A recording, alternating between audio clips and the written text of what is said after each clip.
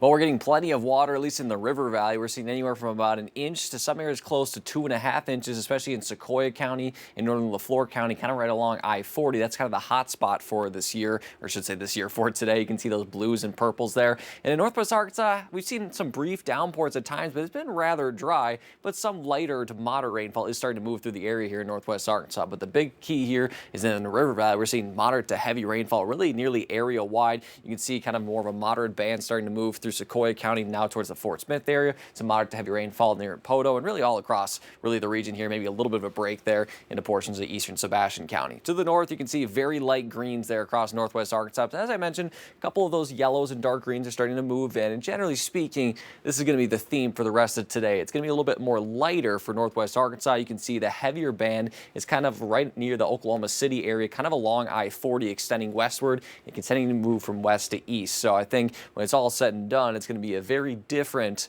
rainfall totals when we look at this tomorrow morning and go, geez, it was quite a bit of a difference. But northwest Arkansas is still going to get some rain nonetheless. It's not as much of the river valley.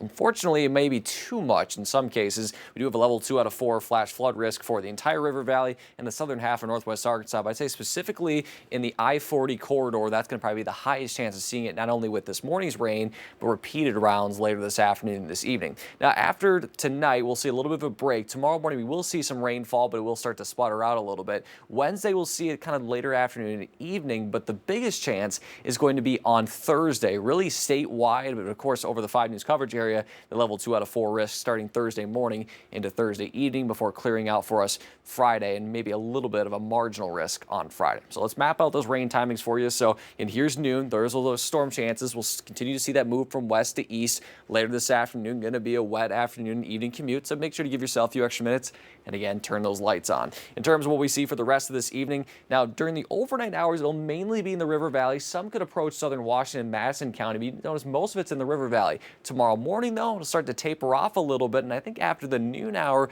we'll see a lot of it start to fall apart. It'll be very light and very isolated as we go throughout the day, or I should say the afternoon hours Tuesday. And after a little bit of that break, we'll see maybe during the morning hours Wednesday, again, a little bit of a break, but then Wednesday afternoon and evening start to move in from west to east, maybe some moderate showers at times, but that best chance arrives Thursday. Moving in from the north from Kansas and Missouri that continues to move through the area Thursday afternoon and evening. Again, that's where we can see that flash flood risk as well as some stronger thunderstorm potential.